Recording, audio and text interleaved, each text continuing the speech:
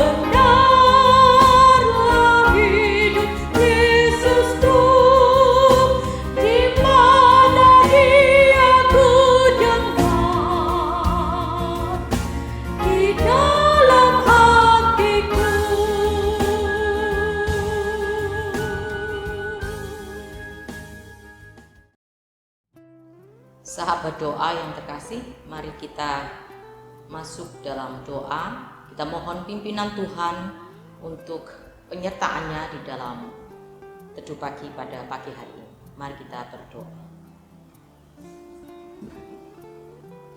Bapa Surgawi, kami sungguh bersyukur Tuhan, pada pagi hari ini kami boleh bersekutu bersama dengan saudara-saudara kami dalam acara Teduh Pagi.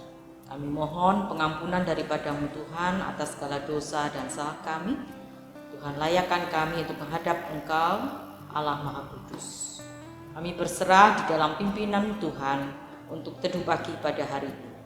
Biarlah firman Tuhan yang kami dengar senantiasa kami pahami, kami renungkan, dan kami lakukan di dalam kehidupan kami, dan kami wartakan kasih Tuhan kepada sesama kami dimanapun kami berada.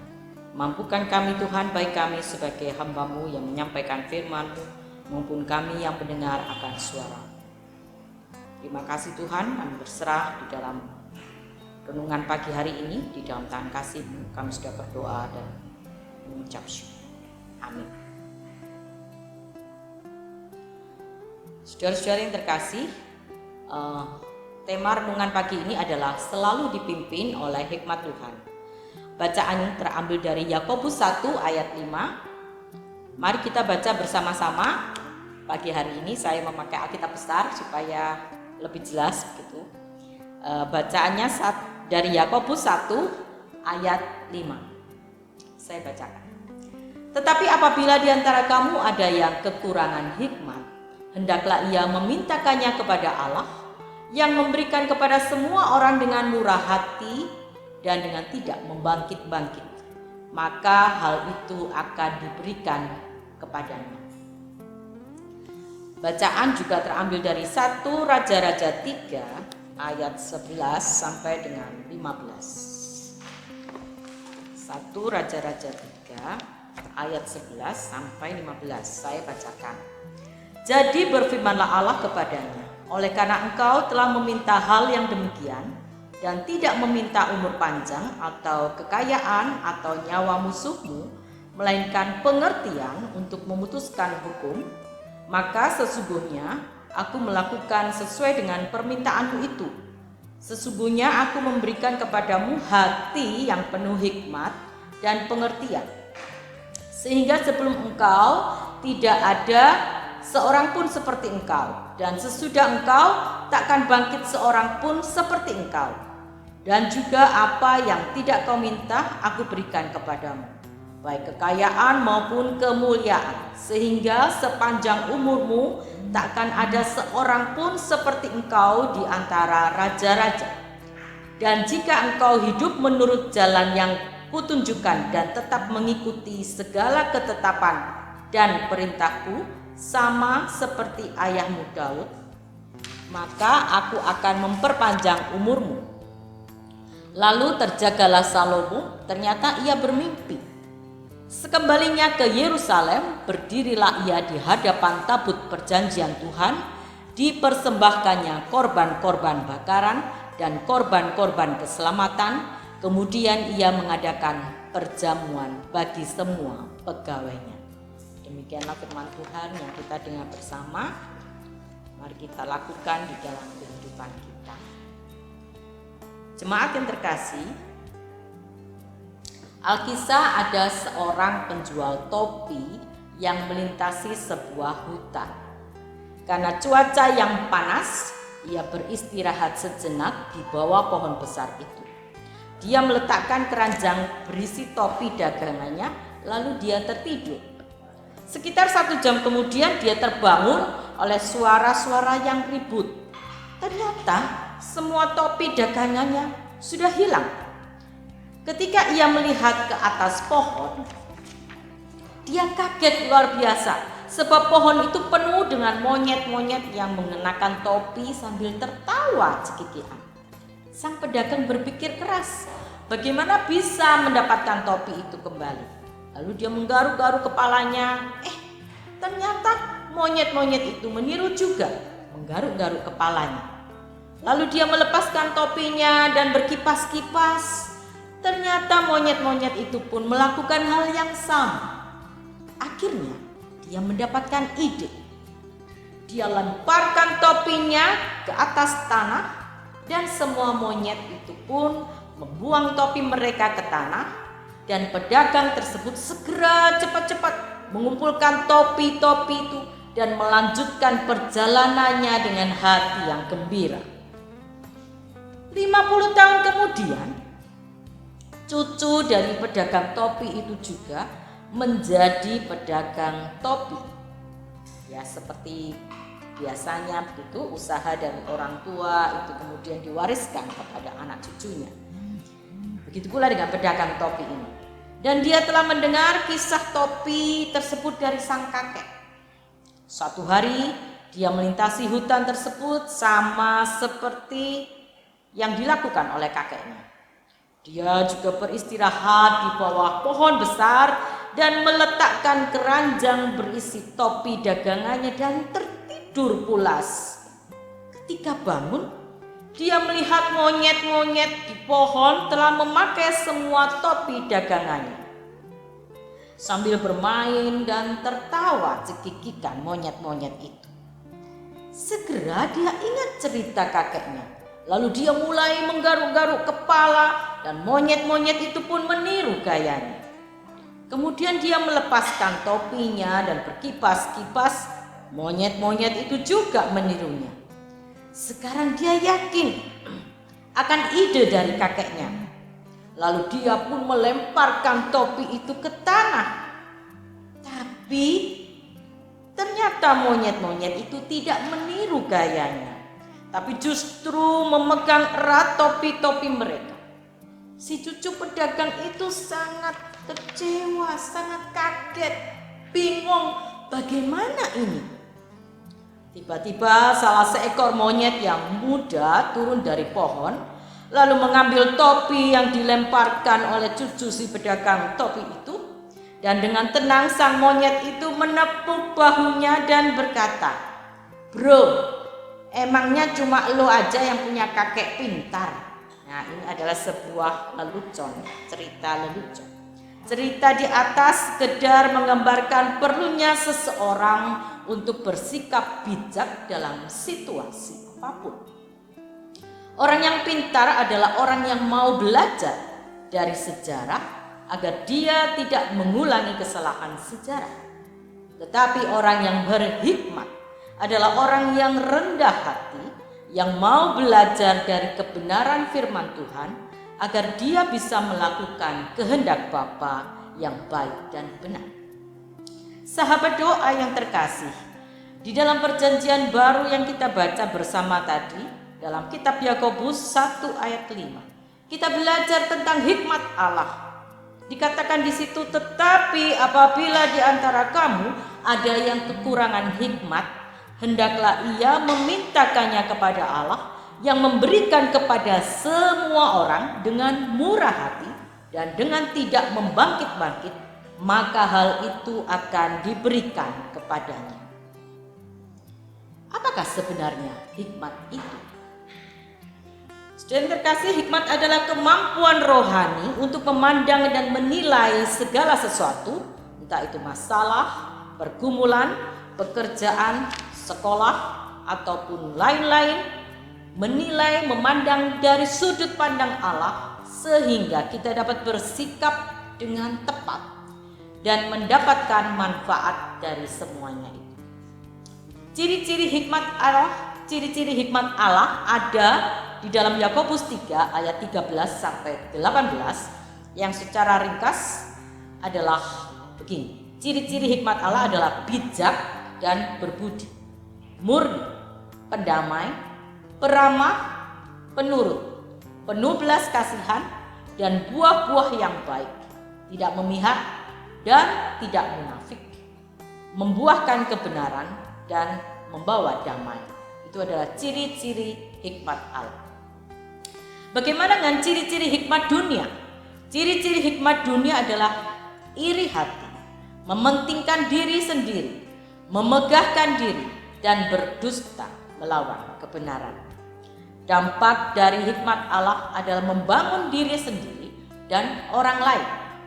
Contohnya kita bisa melihat di dalam diri Yusuf yang hidupnya itu takut akan Allah, takut akan Tuhan, sehingga Yusuf itu dipakai Tuhan, dipercaya untuk menjadi orang kepercayaan Raja Firaun untuk menolong bangsanya dari bahaya kelaparan. Sedangkan dampak dari hikmat dunia itu menghancurkan. Contohnya adalah kita melihat seperti Yudas yang dia mementingkan dirinya sendiri sehingga dia akhirnya menjual Tuhan Yesus dengan 30 keping perak dan akhirnya dia menghancurkan hidupnya. Bagaimana kita bisa mendapatkan hikmat Allah? Caranya dengan rajin membaca dan merenungkan firman Tuhan siang dan malam dan melakukannya. Allah menghendaki kita semua menjadi orang-orang yang bijaksana sesuai dengan firman-Nya. Di dalam bacaan 1 Raja-Raja 3 ayat 11 sampai 15 kita membaca bersama tentang kehidupan Raja Salomo. Raja Salomo dikenal memiliki hikmat yang sangat luar biasa dan itu dituliskan di dalam Alkitab. Bagaimana Salomo yang masih sangat muda itu meminta hikmat Tuhan, bukan kekayaan atau hal-hal yang lain. Andaikan kita menjadi Salomo, apakah yang kita minta dari Tuhan? Mungkin kita akan minta kesuksesan di dalam pekerjaan, ataupun pacar yang cantik atau yang ganteng, atau agar kita lulus ujian dan lain-lain. Tetapi Salomo tidak meminta hal-hal yang berkaitan dengan kepentingan dirinya pribadi. Salomo meminta hikmat karena Salomo menyadari bahwa dirinya masih sangat muda dan belum berpengalaman.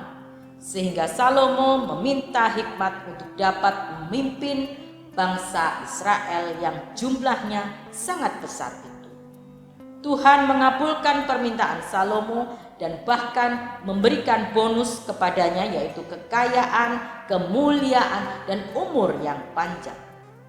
Bahkan karena hikmat yang dimiliki Raja Salomo, Ratu negeri Sheba berkunjung ke Yerusalem untuk menguji kebenaran berita kebijaksanaan dari Raja Salomo, di mana kita dapatkan kisah itu di dalam 2 Tawarikh 9. Apa yang menjadi rahasia keberhasilan Raja Salomo dalam memimpin bangsa Israel? Karena hidup Salomo didasarkan pada takut akan Tuhan. Sesuai yang tertulis di dalam Amsal 9 ayat 10 yang mengatakan, permulaan hikmat adalah takut akan Tuhan, dan mengenal yang Maha Kudus adalah pengertian. Takut akan Tuhan adalah didikan yang mendatangkan hikmat, dan kerendahan hati mendahului kehormatan. Amsal 15 ayat 33. Apakah saudara ingin menjadi orang yang berhikmat? Cintailah dan bacalah Alkitab dengan taat dan setia. Renungkanlah dan lakukanlah dengan kekuatan dari Tuhan Yesus, sehingga dengan hikmat Tuhan kita bisa menghadapi segala persoalan, pergumulan kehidupan ini. Amin.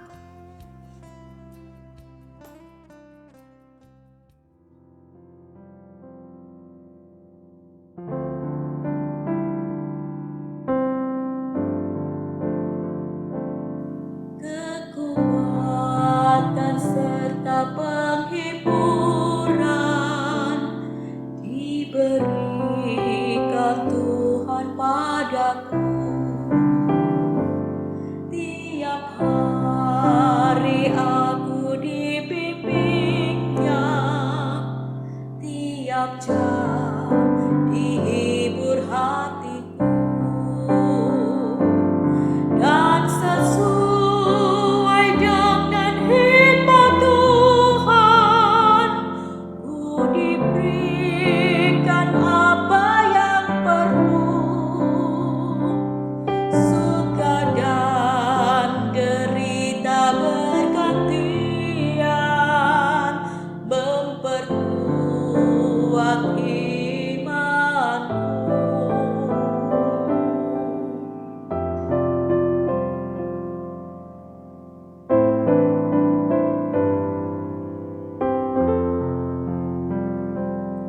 Tiap hari Tuhan besertaku, diberi rahmat-Nya tiap jam, diangkat-Nya bila aku jatuh, dihalau-Nya musuhku kejam.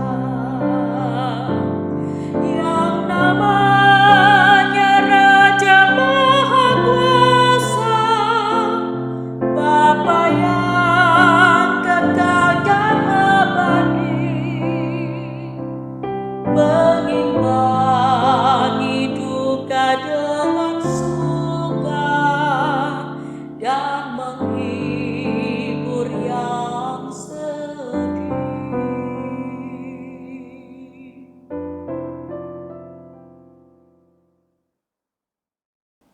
Jemaat yang terkasih, mari kita masuk di dalam doa syafaat.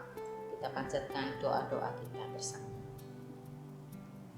Bapa Surgawi, bersyukur pagi ini kami belajar dari Salomo tentang hikmat Tuhan. Jadikanlah kami orang yang rendah hati, untuk senantiasa memohon hikmat-Mu ketika menghadapi persoalan di dalam kehidupan kami. Bapa Surgawi, kami saat ini juga berdoa untuk bencana alam yang terjadi di negara kami. Kami berdoa untuk korban bencana alam tersebut, kiranya Tuhan yang menolong melalui hamba-hamba-Mu yang Kau utus ya Tuhan, sehingga mereka dikuatkan dan dipulihkan keadaannya ya Tuhan, dan mereka terus berharap hanya kepada-Mu. Bapa Surgawi, kami saat ini juga berdoa untuk pemerintah di dalam menangani pandemi virus corona. Kiranya Tuhan yang memberikan hikmat sehingga pemerintah diberi kebijaksanaan di dalam menangani virus corona, terutama di dalam mendistribusikan vaksin supaya dapat terdistribusikan dengan baik dan kondisi kesehatan boleh semakin hari boleh semakin membaik, baik di negara kami maupun di seluruh dunia ya Bapak. Dan biarlah kami sebagai masyarakat juga dapat menyadari betapa pentingnya menjaga sesuai dengan protokol kesehatan Bapak, terutama di dalam masa-masa libur ini. Biarlah kami terus tetap patuh di dalam peraturan pemerintah ya Tuhan. Bapa Surgawi, kami saat ini juga berdoa untuk gereja-Mu, khususnya juga di Gereja Gayung Sari. Tuhan, kiranya Engkau memberkati baik Pak Boy maupun para penatua maupun segenap para aktivis di dalam melakukan tugas pelayanan mereka. Kiranya Tuhan yang memperlengkapi. Kami juga berdoa untuk jemaat-Mu khususnya di dalam masa pandemi ini, supaya terus rindu untuk rajin membaca dan merenungkan akan firman-Mu, sehingga tetap bertumbuh di dalam iman mereka meskipun semua kegiatan dilakukan serba online. Kami berdoa untuk jemaat yang kesulitan untuk mengikuti kegiatan secara online, kiranya Engkau yang memberikan pertolongan sehingga mereka tetap dapat mengikuti lewat media-media yang tersedia. Bapa Surgawi, kami juga berdoa untuk masyarakat di sekitar gereja kami di kota Surabaya. Tuhan berkati supaya kami pun melalui keberadaan kami juga dapat berbagi, kami dapat mewartakan kasih Tuhan kepada sekeliling kami. Kami saat ini juga berdoa untuk jemaat-Mu yang sakit. Kami berdoa untuk Ibu Yeni Wibowo di dalam segala kelemahan tubuhnya. Tuhan, Engkau yang menolong. Kami berdoa untuk Ibu Rita, Ibu Nina. Kami juga berdoa untuk Bapak Ibu Irwan Wijaya, Saudara Cleo, Saudara Andre, Ibu Pendeta Emeritus Sinsriono, Ibu Pendeta Emeritus Deborah Sri Lestari, untuk Bapak Ibu Wakimin, Ibu Liranti Pontoh, Ibu Senah, Ibu Koni, Bapak Darwinto, Bapak Sutomo, Bapak Suroso. Kami bersyukur untuk pemulihan kesehatan bagi Bapak David, kakak dari Ibu Joyce. Kami bersyukur untuk pemulihan kesehatan Ibu Deborah, juga Bapak Yonatan Istiwibowo, Bapak Ruli. Tuhan, kiranya Engkau yang menyempurnakan akan kesehatan mereka. Kami berdoa untuk keluarga yang mendampingi bagi Bapak Ibu yang sakit ini, kiranya Engkau juga berikan kekuatan dan kesehatan. Kami berdoa untuk Bapak Ibu yang sakit yang belum kami sebutkan namanya, kiranya Engkau juga menolong, Engkau memberikan pemulihan kesehatan bagi mereka. Kami berdoa juga untuk jemaat lansia. Biarlah di dalam masa-masa lansia ini Tuhan, mereka pun terus tetap bersyukur dan tetap menyandarkan pengharapan mereka hanya ke dalam tangan Tuhan, karena Engkaulah adalah sahabat kami yang sejati. Terima kasih Bapa untuk segala kemurahan dan berkat-berkat-Mu, dan biarlah kami boleh mempercayakan kehidupan kami hanya kepada-Mu saja. Terima kasih Tuhan, ampuni segala dosa dan salah kami. Dan kami panjatkan doa kami yang jauh dari sempurna ini di dalam nama Tuhan Yesus Allah kami yang hidup, yang sudah menebus dosa kami. Kami berdoa dan bersyukur. Amin.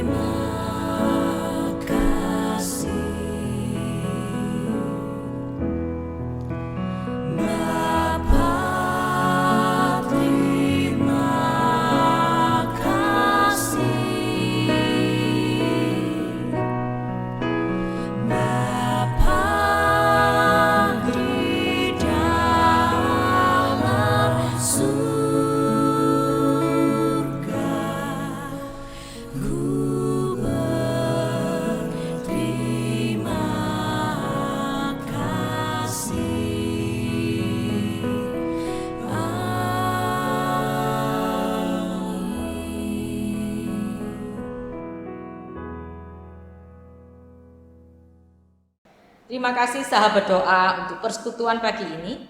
Immanuel, Tuhan Yesus beserta kita semua di dalam beraktivitas. Sampai jumpa.